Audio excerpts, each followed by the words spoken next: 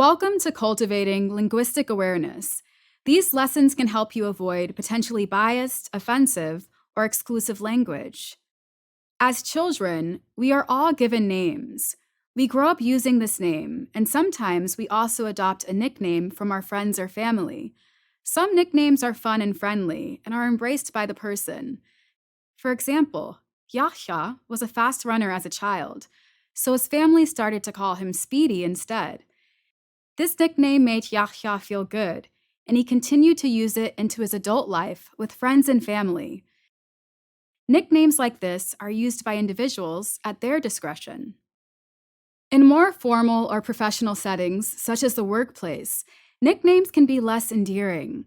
They're sometimes a way to hurt people or attempt to control or bully them. When a colleague shares a nickname they have adopted and invites you to call them by this name, it's very different from a circumstance where others assign a nickname to an individual against their wishes.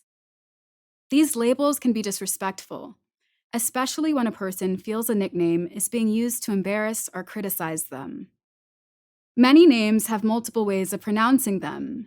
When meeting someone new, it's important to ask them to share their name and how they want you to pronounce it. Mispronouncing names, just like assigning an unfriendly nickname, is a form of microaggression or ongoing subtle harassment. Instead, when you mispronounce someone's name, it's best to apologize and start saying it correctly from that moment on. Transgender or non-binary individuals often change their names and the pronouns they use to identify themselves when they transition to a new gender identity. When a transgender or non-binary person changes their name and pronouns, it is important to honor their identity by using them in your own speech. Misgendering is calling someone by pronouns or a name that doesn't align with their gender identity. Misnaming is using a person's dead name, which is a name the person no longer wishes to use, even if it was the one assigned to them at birth. Misgendering and misnaming are forms of harassment when done intentionally, so it's helpful to train yourself to use the name and pronouns an individual asks you to use. Otherwise, you risk offending them, as persistent misgendering and misnaming are widely considered to be intentional bullying behaviors. Using a nickname or unkind term to describe someone based on their physical features, such as their size, is also a form of bullying.